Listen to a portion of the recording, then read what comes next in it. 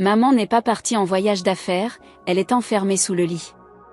La police est venue vérifier et a découvert une chose horrible. Bonjour à tous, profitez de ces moments de détente en regardant cette histoire. L'école élémentaire de l'Académie de la Paix Sainte-Marie se trouvait dans une petite ville près de Santa Fe, où tout le monde se connaissait. L'atmosphère était généralement paisible, mais ce matin-là, tout changea. Ava, la responsable du petit déjeuner, murmura à Hélène, qui entrait dans la salle des professeurs, « Lucie ne sourit plus autant ces derniers temps. Elle est venue seule ce matin, sans sa mère. As-tu vu ses yeux ?» Hélène hocha la tête et répondit, « Oui, je l'ai remarqué. Te souviens-tu de la semaine dernière, quand la main de Lucie était gonflée ? Elle a dit qu'elle était tombée. » Ava hésita avant d'ajouter, « Tu penses que quelque chose ne va pas ?» Hélène jeta un coup d'œil par la fenêtre, où Lucie était assise en classe, en train de dessiner, et murmura, « Je ne suis pas encore sûre, mais j'ai un mauvais pressentiment. » À midi, pendant le temps de dessin libre, Hélène s'assit près de Lucie et demanda doucement, « Que dessines-tu là ?» Lucie répondit, « Moi et maman, avant qu'elle ne soit enfermée. » Hélène se figea et insista, « Enfermée ? Qui est enfermée ?» La fillette ne répondit pas, continuant à dessiner une pièce sombre avec un lit et une femme recroquevillée dessous. Hélène poursuivit, « Lucie, peux-tu me dire où est ta mère ?» Lucie murmura, « Maman est enfermée sous le lit. » Hélène se raidit et demanda encore, « Qui a enfermé ta mère, Lucie ?» Sans réponse, Lucie prit un crayon noir pour noircir l'espace autour du dessin. Hélène se leva, quitta la classe et sortit son téléphone pour appeler, « Mademoiselle Bianca, c'est Hélène. Il faut que je vous parle, avouez à la principale, tout de suite. » Dans le bureau, la principale Teresa et la coordinatrice Bianca écoutaient, l'air inquiet, pendant qu'Hélène racontait l'histoire. Teresa demanda, « Hélène, es-tu sûre que la fillette ne l'invente pas ?» Hélène répondit fermement, « J'enseigne à Lucie depuis le début de l'année. C'est une enfant douce, bien élevée, très proche de sa mère, mais ces derniers jours, elle a radicalement changé. » Bianca intervint, « Peut-être a-t-elle vu un film ou fait un cauchemar. » Hélène secoua la tête et ajouta, « Non, je ne crois pas. Hier, elle disait que sa mère était en voyage d'affaires, et aujourd'hui, elle affirme qu'elle est enfermée sous le lit. Elle tremble, elle est terrifiée. » Teresa soupira et dit, « Très bien, nous allons appeler la police d'État, mieux vaut prévenir que guérir. » Cet après-midi-là, 2 officiers arrivèrent à l'école, Sam, grand et imposant, et Karl, plus petit et discret. Hélène les conduisit à Lucie et leur dit, « Voici Lucie, elle a quelque chose d'important à vous montrer. » Sam s'accroupit et sourit, « Bonjour, Lucie, je m'appelle Sam, et voici Karl. Nous sommes là pour t'aider. » Lucie se recroquevilla, serrant un ours en peluche usé, tandis qu'Hélène s'assit près d'elle et lui tenait la main. Sam demanda doucement, « Lucie, peux-tu nous parler du dessin que tu as fait aujourd'hui ?» Après un silence, Lucie murmura, « Ma maman est à la maison, mais elle n'a pas parlé depuis des jours. Elle est sous le lit, elle n'a rien mangé. » Karl ajouta avec précaution, « Qui a mis ta maman sous le lit ?» Lucie secoua la tête et répondit, « Je ne sais pas. Quand je me suis réveillée, elle était déjà là. » Sam échangea un regard avec Hélène, puis se tourna vers Teresa et dit, « Il nous faut l'adresse de son domicile. » Teresa fournit l'information, Claire Moral vit au 12 rue Olive. C'est une mère célibataire, elle travaille dans l'import-export chez Garcia Logistique. Sam nota tout et dit, « Merci, nous y allons maintenant. » Karl se pencha vers Lucie et ajouta, « Lucie, veux-tu rester ici avec Madame Hélène ? Nous allons chercher ta maman. » Lucie hocha la tête, les yeux pleins de larmes. En route vers l'appartement, Sam appela le commissariat et apprit que Claire Moral était absente de son travail depuis 3 jours sans prévenir.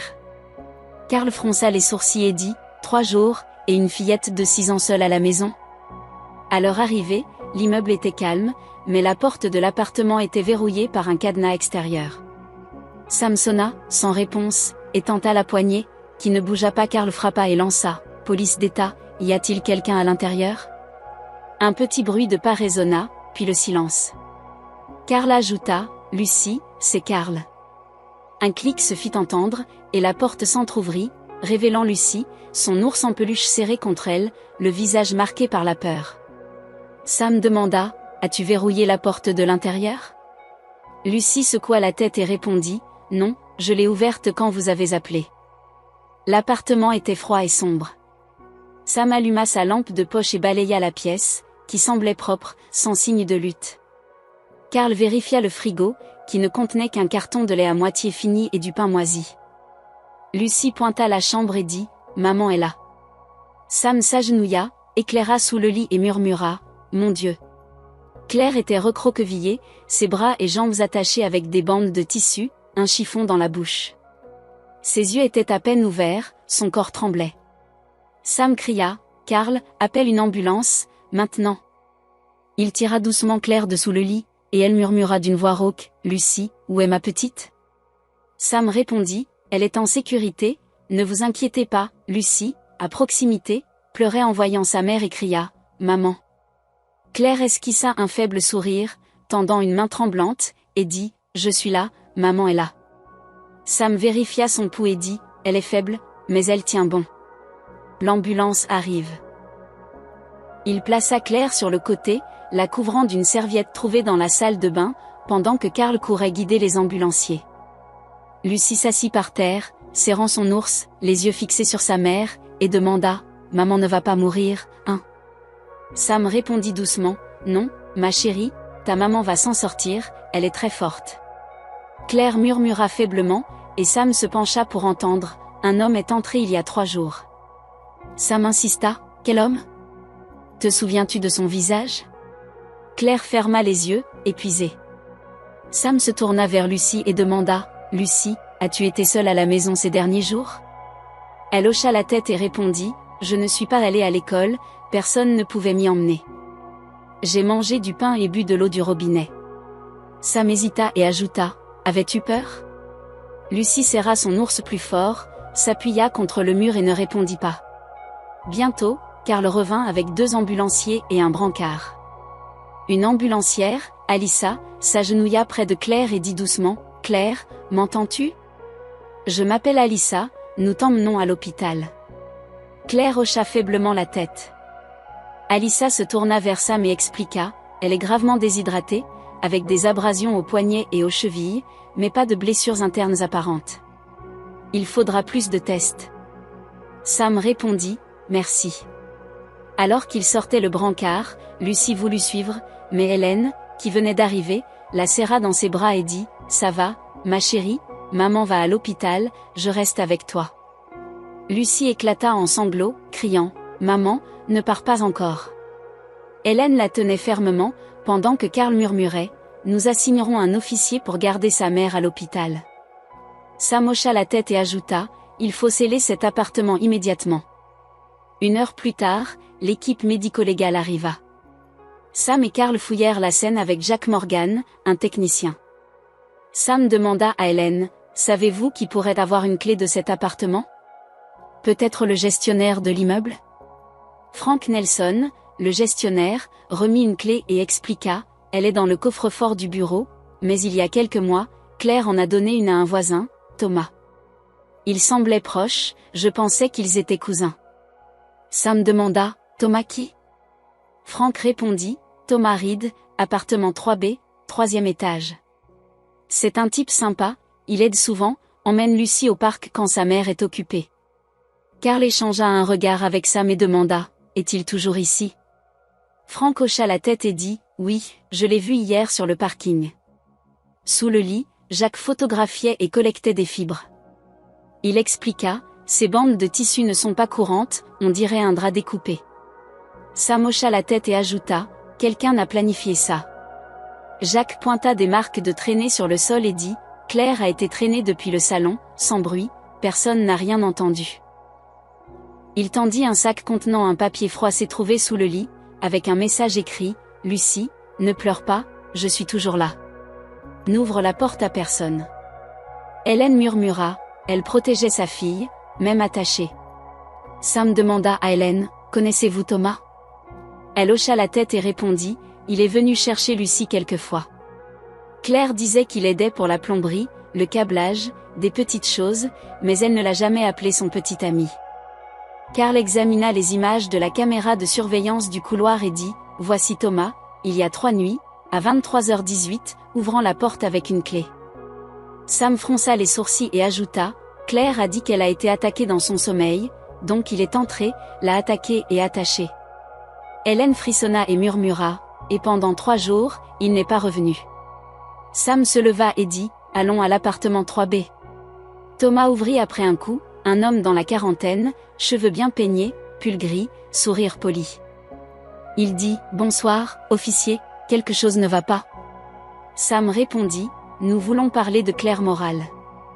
Thomas cligna des yeux, son expression changea brièvement, puis il dit calmement, quelque chose ne va pas avec elle. Karl expliqua, elle a été trouvée attachée sous son lit. Vous êtes la dernière personne entrée dans l'appartement ces 3 jours. Thomas répondit, je suis juste venu vérifier comment elle allait. Elle n'a pas répondu, alors je suis entré, je n'ai vu personne, et je suis parti. Sam insista, vous n'avez pas rappelé la police? Thomas bafouilla, j'ai pensé qu'elle était peut-être partie. Je ne voulais pas m'immiscer. Sam le fixa et dit, venez au poste pour une déposition. Thomas hocha la tête, mais ses mains tremblaient. Hélène resta devant l'appartement de Claire, pendant que Lucie était emmenée dans un centre de soins par une assistante sociale. Ava arriva avec un sac de vêtements pour Lucie et dit, j'ai aussi apporté des livres de dessin, elle adore dessiner. Hélène hocha la tête et répondit, merci, Ava, je suis encore sous le choc. Ava regarda l'appartement vide et ajouta, si tu n'avais pas réagi à temps, Claire ne serait peut-être plus là. Hélène serra les poings et dit, elle s'est battue 3 jours sous ce lit, juste pour protéger Lucie. Au poste, dans la salle d'interrogatoire, Thomas faisait face à Sam et Irene Carter, une enquêtrice aux yeux perçants. Irene demanda, savez-vous pourquoi vous êtes ici? Thomas répondit, je l'ai dit, j'étais inquiet pour Claire et Lucie, j'ai vérifié avec ma clé. Irene ouvrit un dossier et dit, il y a 3 nuits, à 23h18, vous êtes entré dans l'appartement, personne ne vous a vu sortir. Thomas haussa les épaules et répondit, peut-être que la caméra était floue. Sam insista, combien de temps êtes-vous resté? Thomas dit, quelques minutes. Irene pencha la tête et ajouta. Et en quelques minutes, Claire a été assommée, attachée, poussée sous le lit, et vous êtes parti. Thomas se tut. Sam se pencha et dit, Claire a repris conscience et a dit votre nom, que vous êtes entré tard dans la nuit. Thomas déglutit et répondit, elle ment, elle est confuse. Irene sourit légèrement et ajouta, Claire n'était pas confuse quand elle s'est souvenue que vous avez dit, nous sommes une famille maintenant, n'est-ce pas? Thomas tressaillit et bafouilla, je tenais à elle, nous étions proches. Sam posa un dossier médical sur la table et dit, en 2015, vous avez suivi un traitement pour un trouble d'attachement obsessionnel, où vous pensez que quelqu'un vous aime, même si ce n'est pas le cas. Thomas détourna le regard et murmura, je n'ai rien fait de mal, je voulais protéger ma famille. Irene frappa la table et lança, une famille? En enfermant une femme sous un lit et en laissant une fillette seule 3 jours sans nourriture? Thomas marmonna, Claire prévoyait de déménager, elle m'évitait, il fallait que je fasse quelque chose. Sam se leva et dit, retenez le 48 heures, contactez l'avocat commis d'office. À l'hôpital Merci Médical, Claire recevait des fluides par intraveineuse. Lucie dormait dans les bras d'Hélène après une courte visite. Irene s'assit près de Claire et demanda, pouvez-vous nous dire ce dont vous vous souvenez? Claire hocha la tête, la voix faible, et répondit, je dormais, j'ai entendu la serrure tourner, je pensais avoir oublié de verrouiller. En me redressant, j'ai été frappée à la tête, je me suis évanouie. Irene nota et demanda, avez-vous vu l'attaquant? Claire murmura, juste un aperçu, mais c'était Thomas, je reconnais son parfum, je l'avais senti quand il réparait le robinet. Irene poursuivit, il était déjà venu chez vous? Claire hocha la tête et répondit, oui, au début, je pensais qu'il était gentil, il aidait avec les courses, allait chercher Lucie si j'étais en retard, mais récemment, il agissait bizarrement. Irene insista, bizarrement comment? Claire expliqua, il envoyait des fleurs sans nom, frappait tard pour demander si j'avais bien dormi, et une fois, il a dit, nous n'avons besoin de personne d'autre, n'est-ce pas? J'ai dit qu'on était juste voisins, après ça, j'étais prudente avec la serrure. Irene hocha la tête et dit, il est en détention, nous irons au fond de cette affaire. Claire regarda Lucie et demanda, « Elle va bien ?» Hélène répondit, « Elle mange à nouveau, mais la nuit dernière, elle s'est réveillée 3 fois à cause de cauchemars. » Claire serra la main d'Hélène et dit, « Merci, sans vous, je ne sais pas ce qui nous serait arrivé. » Au poste, Bianca, de l'Académie Sainte-Marie, appela Sam et dit, « Nous avons contacté les parents des élèves. Une mère, Abigail, a vu Thomas emmener Lucie au parc sans sa mère. » Sam demanda, « Y a-t-il des preuves ?» Bianca répondit, « Elle a une photo, prise le week-end dernier, Claire n'était pas au courant. » Sam soupira et ajouta, « Nous rassemblons plus de preuves, il nie tout. » Bianca hésita et demanda, « La police pourrait-elle organiser un événement de sensibilisation à l'école sur la prudence envers les étrangers ?» Sam répondit, « Je parlerai au département de l'éducation, merci. » Ava retrouva Hélène dans la salle des professeurs et demanda, « Hélène, vas-tu bien ?» Hélène répondit, « Pas vraiment, je pense à Claire, coincée sous ce lit 3 jours, c'est étouffant. » Ava s'assit près d'elle et demanda, « A-t-elle dit quelque chose ?» Hélène expliqua, « Elle a encore peur.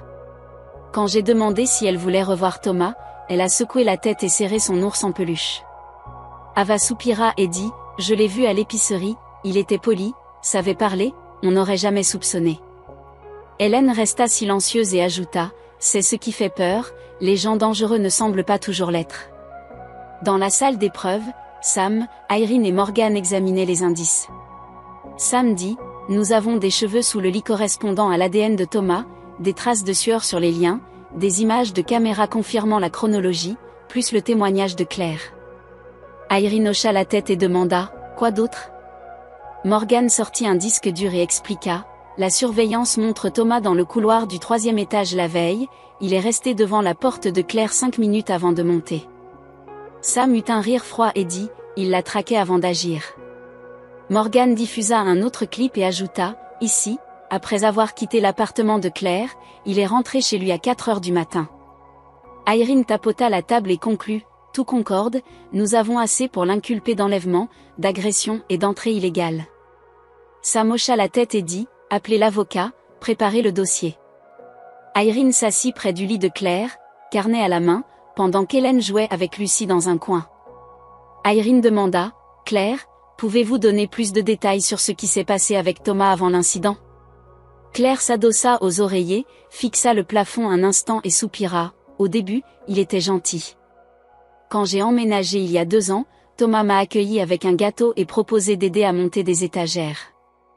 J'avais divorcé, Lucie était si petite, j'étais touchée. » Irene nota et demanda, « A-t-il exprimé plus que de l'amitié ?» Claire répondit, « Pas au début, il aidait juste, changeait les ampoules, faisait des courses, emmenait Lucie au parc si j'étais en retard. Je savais que ce n'était pas normal, mais j'étais fatiguée et seule. Quand je disais non, il répondait, « Ce n'est pas grave, j'aime aider, toi et ta fille méritez qu'on prenne soin de vous. » Irene poursuivit, « Avez-vous suspecté des sentiments amoureux ?» Claire hocha lentement la tête et expliqua, « Il y a 6 mois, j'ai commencé à m'inquiéter. Thomas commentait ma façon de m'habiller. Une fois, je portais une robe pour le travail, il était devant ma porte, m'a regardé de haut en bas et a dit, « Tu es magnifique, je parie que les gars au bureau étaient fous. » Irene demanda, « Comment avez-vous répondu ?» Claire répondit, « J'ai souri à moitié, dit que j'étais fatiguée. Il m'a regardé, puis a hoché la tête. Après ça, ses gestes sont devenus étranges, il laissait des fleurs sans nom, commandait un gâteau pour l'anniversaire de Lucie sans être invité. Quand j'en parlais, il niait ou souriait. » Irene insista, « S'est-il mis en colère ?» Claire déglutit et répondit, « Une fois, j'ai dit que je pensais déménager. Il est resté silencieux, puis a dit doucement, « Tu ne peux pas me quitter, nous sommes une famille maintenant, n'est-ce pas ?» J'ai eu des frissons. » Lucie, entendant sa mère trembler, se tourna et demanda, « Maman, est-ce que Thomas t'a fait mal ?» Hélène la rassura, « Lucie, continue de jouer, ma chérie, maman parle à Madame Irene. » Claire sourit à sa fille et continua, « J'ai commencé à l'éviter, à verrouiller soigneusement, à ne pas ouvrir quand il frappait, mais il apparaissait au parking, au magasin, toujours souriant, comme si je jouais à un jeu avec lui. » Irene serra son stylo et demanda, « Et cette nuit-là ?» Claire répondit, « J'étais épuisée, endormie profondément. J'ai entendu un clic, pensé que Lucie allait aux toilettes. Soudain, quelqu'un m'a attrapé les cheveux, frappé à la tête. J'étais étourdie, je ne pouvais pas crier, puis j'ai été attachée. Je me souviens des yeux de Thomas, de son parfum. Hélène ajouta, « Vous étiez consciente quand on vous a trouvé. » Claire hocha la tête et dit, « Je me suis réveillée sous le lit, incapable de bouger, bras et jambes attachés, bouche bâillonnée. J'ai essayé de faire du bruit, mais le plancher était épais. J'entendais Lucie pleurer, appeler, « Maman, où es-tu » Je ne pouvais pas répondre. Hélène détourna les yeux, émue. Claire continua, la voix tremblante, « Je n'ai ni mangé ni bu pendant 3 jours, je pensais mourir, mais je me disais que si je mourais, Lucie serait en vie. » Irene hocha la tête et dit, « Vous êtes une mère très courageuse. » Claire regarda Lucie et ajouta, « J'avais peur qu'il lui fasse du mal s'il revenait. » Irene conclut, « Hélène a donné l'alerte à temps, c'est pourquoi nous sommes arrivés. Vous n'avez plus à avoir peur. » Au poste, Sam était au téléphone avec le tribunal et dit, « Le mandat de perquisition pour l'appartement de Thomas est approuvé, vous pouvez procéder. » Il raccrocha, appela Carl et Morgan et ajouta, « Allons voir ce qu'ils cachent. » L'appartement 3B sentait le moisi et un parfum artificiel. Carl se couvrit le nez et dit, « Il a masqué une odeur. » Morgan ouvrit le placard et trouva, « Parfum, même type que celui décrit par Claire. » Sam entra dans le salon, où une photo encadrée montrait Lucie sur un banc au parc, prise à son insu. Carl marmonna, « Monstre. » Ils trouvèrent une boîte verrouillée contenant des mèches de cheveux, des poupées habillées comme des enfants, une copie du certificat de naissance de Lucie et des tissus avec le nom de Claire brodé. Morgan prit des photos et dit, il gardait ça comme une famille imaginaire. Sam frappa la table et grogna, « Ça suffit. » Ce soir-là, Hélène appela Ava et dit, « Sis, je n'arrive pas à dormir, penser à Claire sous ce lit pendant que Thomas se promenait librement me donne des frissons. » Ava répondit calmement, « Je comprends, tu as fait ce qu'il fallait, tout le monde n'aurait pas suivi son instinct comme toi. » Hélène soupira et ajouta, « Lucie était si courageuse, 6 ans, et elle a survécu 3 jours seule. Moi, juste une phrase d'elle, et j'ai appelé la police. Si j'avais eu tort, j'aurais pu perdre mon travail, mais si je n'avais rien fait, quoi? Un enterrement au lieu d'un sauvetage. » Ava répondit, « Dors un peu, Hélène, demain, nous aiderons Lucie à dessiner à nouveau, elle a besoin qu'on écoute. » Le lendemain, à l'hôpital, Claire fut transférée en convalescence. Irene arriva avec un dossier et dit, « Claire, j'ai besoin que vous signiez une plainte contre Thomas Reed, nous ferons tout pour vous protéger, vous et Lucie. » Claire prit le stylo, la main tremblante, et demanda, « Sera-t-il enfermé ?» Irene répondit, « Il pourrait encourir plusieurs années. » Claire signa et dit, « Je ne veux pas qu'il disparaisse, juste que Lucie soit en sécurité et ne le revoie jamais. » Irene hocha la tête et ajouta, « Nous demanderons une ordonnance de restriction. » Lucie, près du lit, regarda sa mère et dit, « Maman, Thomas est venu dans mon rêve, mais je n'avais pas peur, Madame Hélène était là. » Claire serra sa main et répondit, « Tu n'es plus seule, Lucie, plus jamais. » Irene posa un dossier devant Sam, avec une photo d'une femme aux cheveux bouclés et un certificat de divorce. Elle expliqua, « Mary Harris, mariée à Thomas en 2012, divorcée en moins d'1 an, elle a déposé une plainte pour violence domestique. » Sam tourna la page et demanda, « Pourquoi ça ne figure pas dans les registres ?» Irene répondit. Elle a retiré la plainte, Thomas a suivi une réhabilitation psychologique, le dossier a été scellé. J'ai appelé Marie, elle coopérera. Sam se leva et dit, « Bien, plus de preuves, plus la poursuite sera solide. » Dans la salle d'interrogatoire, Thomas, bras croisés, défiait Irene, qui montra une photo et demanda, « Reconnaissez-vous cette personne ?» Thomas y jeta un coup d'œil, son visage changea brièvement, puis il répondit, « Non. » Irene lança la photo sur la table et dit, « Ne mentez pas, c'est votre ex-femme, Mary Harris. Elle nous a dit que vous l'avez enfermée dans une salle de bain une journée entière parce qu'elle parlait à un collègue. » Thomas secoua la tête et répondit, « Elle a inventé ça. » Irene ajouta, « Elle vous entendait faire les 100 pas dehors, comme Claire l'a décrit. » Sam entra et lança, « Le dossier scellé n'a pas disparu, ce que vous avez fait se répète, et maintenant, un enfant est impliqué. Thomas ricana et dit, je n'ai pas fait de mal à l'enfant. Sam rétorqua, vous l'avez laissé seul 3 jours, sans nourriture, sans eau chaude, sans protection, comment appelez-vous ça, sinon un crime? Thomas eut un rire froid et répondit, je gardais ma famille unie. Irene croisa les bras et demanda, une famille? Vous pensez que Claire vous aime? Thomas serra les dents et répondit, elle ne sait pas ce dont elle a besoin, je l'ai aidée à comprendre, tout est un désordre dans sa tête, sans moi, elle aurait été blessée. Sam le fixa et dit, vous parlez d'elle comme si elle vous appartenait. Thomas grogna, elle m'appartient. À l'hôpital, Claire parlait avec Alyssa James, conseillère du refuge United, qui dit, nous offrons un soutien juridique, financier, et un logement temporaire si vous ne vous sentez pas en sécurité. Claire baissa les yeux sur ses mains abîmées et répondit, je veux que Lucie aille bien, j'ai peur qu'il revienne quand il sortira. Alyssa sortit une carte et expliqua, il y aura une ordonnance de restriction, et nous vous apprendrons à vous protéger, vous n'êtes pas seul. Claire sourit faiblement et dit, merci à tous. Lucie, à côté, coloriait un carnet et dit, maman, j'ai dessiné notre nouvelle maison, avec un grand arbre et du soleil. Alyssa sourit et ajouta, c'est magnifique, Lucie. Claire serra la main de sa fille et murmura, je crois qu'on aura cette maison un jour. Dans la salle des professeurs, Hélène et Ava examinaient des documents sur les signes d'abus. Ava pointa une carte et dit, ces 2 dernières années, notre comté a eu 3 cas où des enfants ont été laissés seuls, découverts au 3e ou 4e jour. Hélène hocha la tête et ajouta, et le facteur commun? Les enseignants n'ont pas été crus au début. Ava soupira et répondit, peut-être qu'après ça, le département de l'éducation prendra ça au sérieux. Hélène demanda, comment va Lucie? Ava sourit et répondit. Elle sursaute au bruit fort, mais aujourd'hui, elle a raconté une histoire en classe, je pense qu'elle guérit peu à peu.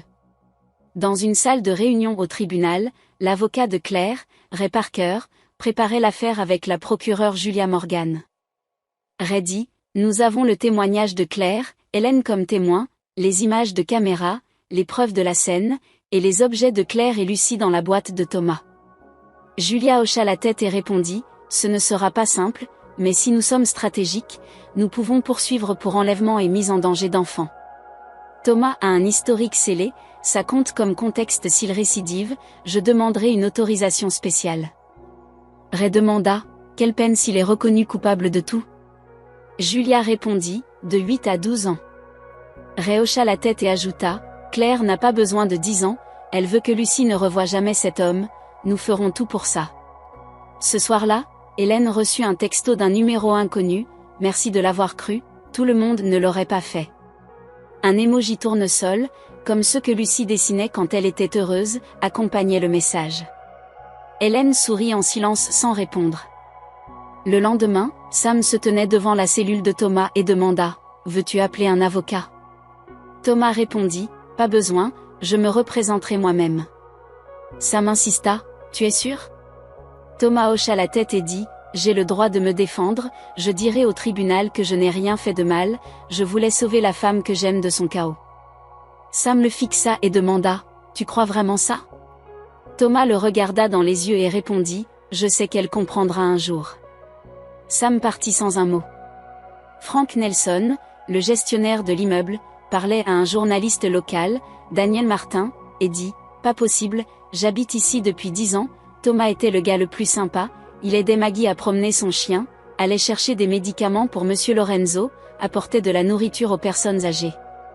Daniel hocha la tête et répondit, je comprends, mais ce que la police a publié est vrai. Maggie, avec la laisse de son chien, ajouta, Thomas a réparé l'éclairage du couloir pour moi, sans demander d'argent, il m'a donné des biscuits de Noël l'an dernier, je n'y crois pas, Charlotte, du 2e étage, intervint, quand Lucie avait de la fièvre, Claire a demandé à Thomas de s'occuper d'elle, je l'ai vu la porter à la pharmacie. Daniel nota et demanda, donc, il était proche de leur famille? Frank soupira et répondit, Claire était réservée, mais je pensais qu'ils étaient parents, il agissait comme un membre de la famille. Maggie frissonna et dit, enfermer une femme sous un lit? Seigneur, ayez pitié. Frank s'assit, épuisé, et ajouta, aucun de nous ne savait, c'est ça le plus terrifiant. À l'épicerie, Ava croisa Abigail, qui avait donné la photo de Thomas et Lucie à la police, et demanda. « Abigail, comment vas-tu » Abigail, les yeux rouges, répondit, « Je suis sous le choc, la semaine dernière, je l'ai vu tenir la main de Lucie, partager une glace, comme un père et sa fille. » Ava demanda, « As-tu parlé à Claire » Abigail répondit, « Non, je ne sais pas comment l'affronter. » Ava hocha la tête et dit, « Claire ne te blâmera pas, personne n'aurait imaginé ça, ce qui compte, c'est rester vigilant. » Abigail serra les mains et murmura, « Si j'avais appelé plus tôt, posé plus de questions à Lucie. » Ava répondit, « Ne te reproche rien, tu as donné une preuve clé, tu as fait ce qu'il fallait. » Au refuge pour enfants, Lucie dessinait sous la supervision d'Emma Garcia, une assistante sociale, qui demanda, « Que dessines-tu, Lucie ?» Lucie répondit, « Moi et maman, maman n'est plus sous le lit. » Emma sourit, les yeux brillants, et dit, « Ta maman va mieux rapidement. » Lucie hocha la tête et ajouta, « J'ai rêvé qu'elle souriait, qu'on s'envolait dans le ciel. » Emma demanda, « Tu rêves beaucoup ?» Lucie répondit, « Oui, parfois de Thomas, mais pas hier soir. » Emma caressa son dos et dit, « Tu es très courageuse, Madame Hélène m'a dit à quel point tu étais forte. » Lucie pencha la tête et demanda, « Madame Hélène est triste ?» Emma répondit, « Bien sûr, mais elle est heureuse que tu sois en sécurité. » Lucie sourit doucement et dit, « Je vais lui faire un dessin. » Aux informations locales, des images montraient l'appartement de Claire bouclé, avec le titre « Un voisin amical se révèle être un kidnappeur ». Dans un bar à la périphérie, les clients discutaient bruyamment. Lundi, on ne peut plus faire confiance à personne, ces enseignants ont fait un travail formidable, sinon ça aurait pu être un meurtre. Un autre ajouta, « Il est fou, il pensait que la femme l'aimait et l'a enfermé. » Un troisième murmura, « La petite fille a mangé des nouilles sèches 3 jours. » Ethan, le serveur, intervint, « Mon pote pompier a dit que l'appartement était si froid qu'on aurait cru qu'il était abandonné, le frigo n'avait qu'un carton de lait vide et du pain moisi. » Le bar se tut quelques secondes. Au poste, Sam joua un enregistrement du téléphone de Claire pour Irene et dit, « Écoute, Thomas, arrête de m'envoyer des messages, j'ai été claire, je ne t'aime pas, nous ne sommes pas une famille, ne viens plus chez moi. » Irene fronça les sourcils et répondit, « C'est clair, aucune ambiguïté, et ils croyaient encore qu'ils étaient faits l'un pour l'autre. » Sam demanda, « Le parquet utilisera ça ?» Irene répondit, « Absolument, ça détruit tout argument d'une relation consentie. » Sam secoua la tête et ajouta, « Les voisins sont choqués, tout le monde se blâme. » Hélène rendit visite à Claire en convalescence et demanda, « Te sens-tu mieux ?» Claire hocha la tête, serrant sa couverture, et répondit, « Le médecin dit que je sortirai bientôt, Lucie va bien ?»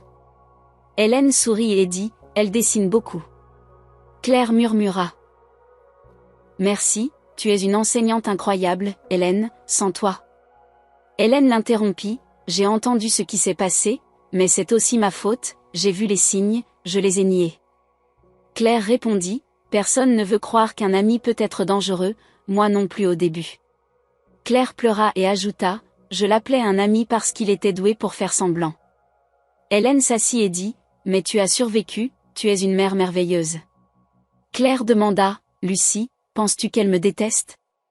Hélène répondit, « Non, elle t'aime profondément, elle est forte grâce à toi, 3 jours seule, et elle s'est battue pour te revoir. » Claire sanglota et dit, « Elle mérite un monde meilleur. » Hélène répondit, « Nous créerons ce monde pour vous deux. » Ava rencontra Sam à l'école, où il parlait des signes avant-coureurs chez les enfants, et dit, « Vous avez apaisé mon esprit. » Sam sourit et répondit, « Je fais mon travail, avez-vous des enfants ?»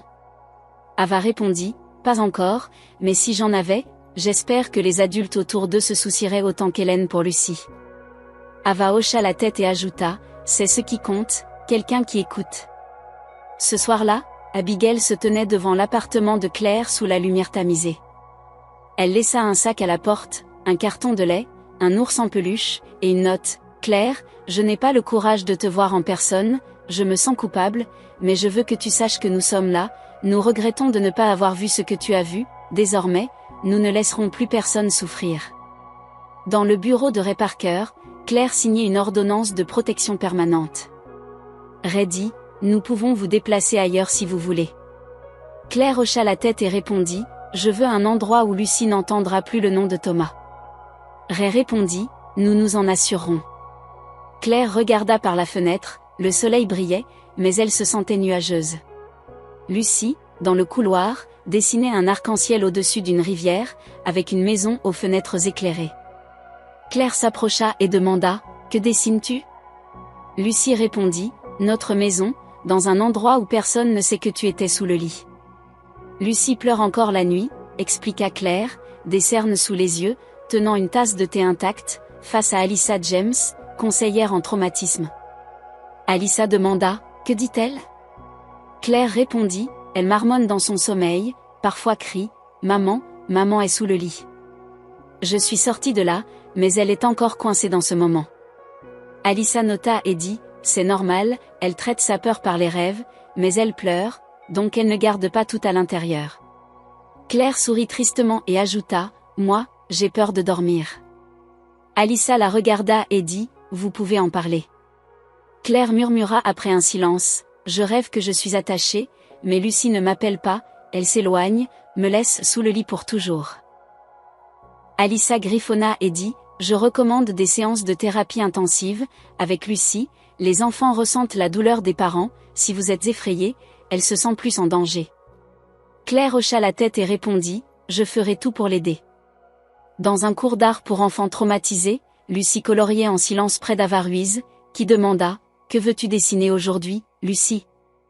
Lucie répondit, je ne sais pas, Ava suggéra, et si on dessinait un sentiment ? Que ressens-tu ? Lucie dessina une boîte, des yeux, puis du noir sur la page. Ava ne la pressa pas, et Lucie murmura, maman pleure quand je dors. Ava demanda, tu l'as remarqué ? Lucie répondit, oui, elle pense que je dors, mais je l'entends. Ava demanda, que penses-tu quand elle pleure ? Lucie répondit, je suis triste, j'ai peur de parler. Ava hocha la tête et dit, tu peux me le dire, je ne serai pas fâchée. Lucie cligna des yeux et ajouta, j'ai peur que si je suis heureuse, elle pense que j'ai oublié qu'elle était sous le lit, mais si je suis triste, elle se sentira pire. Ava lui frotta le dos et répondit, rien n'est de ta faute, tu es une enfant, et tu as fait mieux que la plupart des adultes. Lucie hésita et demanda, mademoiselle Ava, Thomas va en prison pour toujours ? Ava répondit doucement, peut-être très longtemps, mais ce qui compte, c'est que personne n'a le droit de vous faire du mal, jamais. Dans un groupe de soutien pour survivantes d'abus, Claire était parmi d'autres mères. Olivia raconta, mon mari m'a enfermée dans un débarras 3 heures, sans téléphone, sans eau, mon bébé dormait. Claire prit la parole et dit, 3 jours, j'étais sous un lit 3 jours, ma fille s'est occupée d'elle-même, elle a 6 ans, personne ne savait, personne n'entendait. La pièce se tut. Olivia prit la main de Claire et dit, vous êtes pourquoi je suis ici, j'ai lu votre histoire, appelée le refuge, je me suis dit, si elle a survécu, moi aussi. Claire pleura et répondit, je ne me sens pas forte, j'ai l'impression d'avoir échoué. Mia, une autre femme, dit, être forte ne veut pas dire ne pas avoir peur, ça veut dire que vous avez continué, même effrayée. Au poste, Irene reçut une mise à jour et dit à Sam, le tribunal a refusé la réduction de peine de Thomas, il ne montre aucun remords, n'a pris aucune responsabilité, et n'a pas reconnu le préjudice psychologique. Sam hocha la tête et répondit, donc, le procès penchera pour la peine maximale, comme il se doit, cette petite fille a perdu 3 jours de son enfance, personne ne peut lui rendre ça. Sam murmura, je pensais avoir tout vu, mais ce cas me hante.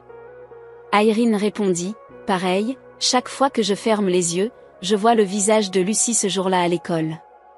Sur la cour de récréation du logement temporaire, Lucie était sur une balançoire, regardant le ciel. Hélène s'assit à côté et demanda, comment vas-tu, Lucie ? Lucie répondit. Ça va, il y a des arbres, des fleurs, pas de grand lit. Hélène hocha la tête et demanda, aimes-tu cet endroit ? Lucie répondit, oui, mais maman ne sourit pas. Hélène jeta un coup d'œil à Claire, assise à lire, le visage pensif, et dit, elle essaie, tu peux l'aider en lui parlant, en disant ce que tu ressens. Lucie hocha la tête et demanda, mais si maman pleure encore ? Hélène répondit, alors, tu la serres dans tes bras, parfois, les mamans aussi ont besoin de câlins, comme toi. Lucie leva les yeux et dit, je vais dessiner un arc-en-ciel pour maman, pour qu'elle sache qu'il y a de la lumière. Lors d'une thérapie conjointe, Alyssa invita Claire et Lucie à dessiner sur une grande feuille. Lucie dessina une maison, Claire ajouta un arbre, Lucie coloria un soleil, Claire dessina des fenêtres ouvertes. Alyssa demanda, veux-tu nommer le dessin, Lucie? Lucie hocha la tête et répondit, la maison sans cadenas à l'extérieur. Claire sourit doucement et dit, c'est un beau nom. Alyssa hocha la tête et ajouta, et c'est la vérité. Une semaine plus tard, le tribunal condamna Thomas à 9 ans de prison et 5 ans de probation, avec une ordonnance interdisant tout contact avec les victimes. Claire reçut le verdict par email de Ray, sans assister au procès. Lucie demanda, maman, Thomas ne reviendra plus, hein? Claire la serra fort et répondit, non, ma chérie, pense aux gens qui te font te sentir en sécurité. Lucie murmura, alors, je penserai à toi, Madame Hélène, Madame Ava, et mon arc-en-ciel. Ce soir-là, Claire alluma la veilleuse pour Lucie et dit, dors bien, bébé. Lucie tenait sa main et demanda, maman, ne retourne pas sous le lit, d'accord? Claire se figea et répondit, non, je ne te quitterai plus jamais. Lucie ferma les yeux et demanda, on peut aller au parc demain? Claire répondit, oui, je te le promets. La lumière jaune baignait la mère et la fille, l'obscurité était là, mais elles savaient l'une l'autre. Lucie demanda, maman, avons-nous vraiment déménagé dans une nouvelle maison? Claire répondit, oui, ma chérie, ce sera notre nouveau départ. Lucie sortit de la voiture, les yeux écarquillés, regardant la maison charmante avec un toit rouge, une clôture blanche et des fleurs violettes. Claire posa une main sur son épaule et dit, personne ne nous dérangera ici, personne ne connaît le passé. Lucie hocha la tête et dit, je veux me faire de nouveaux amis. Claire répondit, tu le feras, prends ton temps. Au refuge United, Alyssa remit à Claire un plan de soutien de 6 mois et dit, vous pouvez rester dans cette maison sans loyer 3 mois, puis nous évaluerons, pensez-vous à retravailler? Claire regarda par la fenêtre et répondit, pas encore, je veux que Lucie s'installe, elle sursaute aux portes qui claquent. Alyssa hocha la tête et dit, je comprends, et la thérapie continue? La guérison ne suit pas un calendrier. Claire répondit, je ne veux pas qu'elle se souvienne de ça pour toujours, elle est si petite. Alyssa répondit, mais elle est forte, vous l'avez élevée ainsi. Dans sa nouvelle classe, Lucie dessinait près de la fenêtre. Son enseignante, Ava, s'approcha et demanda, que dessines-tu, Lucie? Lucie répondit, moi et maman, marchant sur les nuages. Ava se pencha et demanda, qu'est-ce qui est amusant sur les nuages? Lucie répondit, personne ne crie, et il n'y a personne sous le lit. Ava hocha la tête et dit, si tu es triste, tu peux me le dire, l'écrire, ou le dessiner. Lucie leva les yeux et demanda, quelqu'un ici c'est pour moi? Ava répondit, non, et tu peux parler quand tu seras prête, personne ne te forcera. Lucie ajouta un soleil à la page et dit, je veux des amis, mais j'ai peur qu'ils posent des questions. Ava répondit, alors, nous ferons des amis autrement, il y a beaucoup de façons de se comprendre. Lucie sourit, son premier sourire sincère depuis des semaines. Ce soir-là, Claire et Lucie étaient sur le canapé, ouvrant un livre d'images. Lucie dit, maman, demain, je veux apporter un dessin à l'école. Claire demanda, à qui vas-tu le donner? Lucie répondit, à Madame Ava, elle est douce, comme Madame Hélène. Claire caressa ses cheveux et demanda, te sens-tu bien dans ta nouvelle école? Lucie répondit, oui, mais je n'ai parlé à personne de ce qui s'est passé. Claire hocha la tête et dit, ça va, je n'ai rien dit à personne ici non plus. Lucie s'appuya contre elle et dit, Madame Alyssa a dit qu'on n'a pas à le dire si ça ne nous fait pas nous sentir en sécurité. Claire répondit, c'est vrai. Après une pause, Lucie demanda, penses-tu que Thomas se souvient de toi? Claire retint son souffle et répondit, peut-être, mais ça n'a plus d'importance, ce qui compte, c'est qu'il ne pourra plus s'approcher de nous. Lucie murmura, je n'ai plus peur, juste triste. Au bureau de Julia Morgan à Santa Fe, Irene soumit le rapport final et dit, Thomas n'a pas fait appel, la sentence tient. Julia hocha la tête et répondit, nous n'avons pas seulement gagné, nous avons regagné la confiance. Irene haussa les épaules et dit, je pense à Lucie, elle mérite une vie paisible. Julia demanda, devrions-nous contacter une organisation pour un programme d'art-thérapie à long terme? Irene répondit, excellente idée, elle est talentueuse, c'est un exutoire pour ses blessures. Le samedi, Ava organisa une séance de dessin en plein air. Lucie était près de Daniel, un garçon joyeux, qui dit, tu dessines vite. Lucie répondit avec un sourire, tu dessines joliment. Daniel demanda, sais-tu utiliser la glissade? Lucie répondit, oui. Daniel tendit la main et dit, j'ai fini, viens. Lucie regarda Ava, qui dit, vas-y, je suis là. Claire, à proximité, regardait sa fille courir jouer pour la première fois depuis les jours sombres, les yeux humides. Ava s'approcha et dit, elle s'adapte plus vite que prévu. Claire répondit, merci. Ava répondit, pas besoin de me remercier, je lui ai juste donné le stylo, elle a dessiné la lumière elle-même. Claire murmura, j'ai cru qu'on n'y arriverait jamais. Ava répondit, mais vous l'avez fait, c'est admirable. Lors d'un conseil avec Alyssa, Claire dit, cette semaine, j'ai dormi 3 nuits d'affilée. Alyssa répondit, c'est merveilleux. Claire ajouta, Lucie rit plus, elle a appelé Madame Hélène, lui a parlé de son nouvel ami, Hélène a pleuré au téléphone. Alyssa hocha la tête et dit, elles ont un lien fort. Claire continua, je cherche un travail à temps partiel, une librairie près de chez nous. Alyssa demanda, vous sentez-vous prête? Claire répondit, pas complètement, mais je veux que Lucie voie sa maman assez forte pour recommencer. Alyssa sortit 2 bracelets, l'un gravé, lumière, l'autre, force, et dit, lumière et force pour 2 personnes qui ont traversé l'obscurité. Claire pressa ses lèvres et répondit, vous savez toujours ce dont nous avons besoin. Ce soir-là, Lucie porta son bracelet, se regarda dans le miroir et dit, maman, porte l'autre.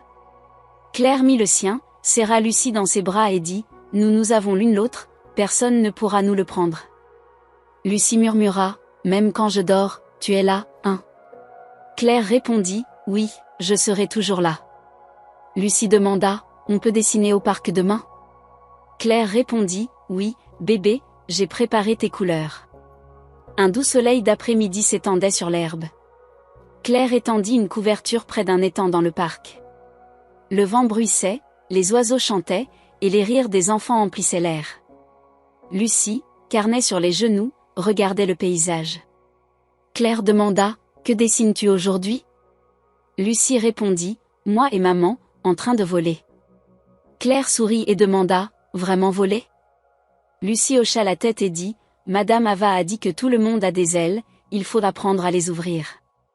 Claire rit, s'assit à côté et répondit, j'attendrai de voir à quoi ressemblent mes ailes. Sophia Evans, une assistante sociale, s'approcha et dit, désolée d'interrompre, je viens vérifier comment vous allez. Claire se leva et répondit, bonjour, mademoiselle Sophia. Lucie leva les yeux et demanda, voulez-vous voir mon dessin? Sophia sourit et répondit, bien sûr, qu'as-tu dessiné? Lucie répondit, moi et maman, volant vers un endroit sûr où personne ne met maman sous le lit. Sophia s'assit près d'elle et demanda, à quoi ressemble cet endroit? Lucie pointa le dessin, un ciel vaste, un arc-en-ciel sur des montagnes, elle et sa mère en cape de super-héros, et dit, là-bas, personne ne crie, pas d'obscurité, maman ne pleure pas, et je n'ai plus à être l'adulte. Claire serra les mains, les yeux humides. Sophia toucha son épaule et dit, elle guérit magnifiquement, peut-être plus vite que les adultes. Claire hocha la tête et répondit, elle est la raison pour laquelle j'ai survécu. Sophia répondit, et vous êtes la raison pour laquelle elle est si forte. Ce soir-là, Lucie apporta son dessin à l'école. Ava l'accrocha au tableau d'honneur et dit, tu m'as touché au cœur, Lucie. Lucie répondit, je veux que mes amis tristes le regardent et se sentent plus légers. Daniel accourut et dit, Lucie, veux-tu venir chez moi demain? Ma maman fait les meilleures crêpes. Lucie sourit, regarda Ava, qui dit, vas-y, ma chérie, je préviendrai ta maman. Lucie murmura, avant, j'avais trop peur d'aller quelque part sans maman. Ava répondit, maintenant, tu peux choisir, tu apprends à faire confiance. Au refuge United, Alyssa parlait à Irene au téléphone et dit, elles vont bien, Lucie s'adapte magnifiquement, Claire a soumis une candidature pour un emploi, elle ne se cache plus, c'est un grand pas. Irene sourit et répondit, je me souviens des yeux de Lucy le premier jour, serrant son ours. Je ne pouvais pas imaginer qu'elle deviendrait si forte, les enfants ont une façon de guérir qu'on doit apprendre. Alyssa demanda, et Thomas? Irene répondit, transféré à Pelican Bay, à l'isolement 2 semaines pour une altercation avec d'autres détenus, peut-être qu'il ne peut plus manipuler personne. À la librairie du centre-ville, Claire commença son premier jour. Mike Howard, le propriétaire, portait des lunettes rondes et dit doucement, « Prends ton temps, c'est simple, et si tu as besoin d'une pause pour ta fille, dis-le-moi. » Claire sourit et répondit, « Merci. » Mike regarda une photo de Claire et Lucy près d'un lac et dit, « Tu as une belle petite famille. » Claire baissa la tête et murmura, « J'ai failli la perdre. » Mike répondit, « Mais tu ne l'as pas fait, ça dit tout. » Le week-end, Ava invita Claire à l'exposition d'art des élèves. Lucy guida sa mère vers son dessin et dit, « Maman et moi, volant. » Claire demanda, « Penses-tu que je vole bien, maman ?» Claire la serra dans ses bras et répondit, « Je pense que tu es le vent. » Ava s'approcha et dit. Lucy a partagé son histoire avec quelques amis proches. Claire sembla inquiète et demanda, « Ont-ils posé des questions ?» Ava répondit, « Non, ils l'ont serrée dans leurs bras, personne n'a ri, personne n'a pleuré, les enfants réagissent mieux que la plupart des adultes quand ils sont bien éduqués. » Claire pleura et dit, « Vous avez tant fait pour elle. » Ava répondit, « Lucy l'a fait elle-même, je me suis juste assise à côté. » Cet après-midi-là, Claire et Lucy marchèrent sur un pont en bois au-dessus d'un ruisseau. Le coucher de soleil jetait des teintes dorées sur les cheveux de Lucy, qui demanda, « Maman, peut-on rester ici pour toujours ?» Claire répondit, « Peut-être. » Lucy étendit les bras et dit, « J'apprendrai aux autres enfants à voler. » Claire s'arrêta et demanda, « Tu veux aider d'autres enfants ?» Lucy répondit, « Oui, si quelqu'un est triste, je lui dirai qu'un jour, ma maman était enfermée sous un lit, mais maintenant, elle peut voler. » Claire étouffa un sanglot et dit, « Tu es mon miracle. » Lucy serra sa main et répondit, « Et tu es mes ailes. » Elles continuèrent à marcher main dans la main sur le pont. Devant elles, la dernière lumière du jour s'étendait sur les champs, douce comme une promesse. Plus de contraintes, plus d'obscurité, plus de portes verrouillées de l'extérieur, juste le vent, la lumière du soleil, et les rires d'une petite fille qui avait traversé l'enfer et apprenait à voler. Cette histoire est un rappel profond du pouvoir de l'intuition, du courage qu'il faut pour parler, et de l'importance de croire les enfants. Les blessures émotionnelles ne sont pas toujours visibles, mais si elles ne sont pas soignées, elles peuvent laisser des cicatrices pour la vie. À travers le voyage de cette mère et de sa fille, de la douleur à la guérison, nous apprenons que l'amour, un soutien opportun, et un environnement sûr peuvent aider quiconque à se relever de l'obscurité. Ne restez jamais silencieux face à des signes inhabituels, car parfois, une simple question peut sauver une vie. Si vous avez aimé cette histoire, nous vous invitons à lui donner un pouce levé et à vous abonner à notre chaîne. Votre soutien nous motive à continuer à apporter des histoires émouvantes presque tous les jours. Nous sommes très reconnaissants pour votre soutien. À bientôt.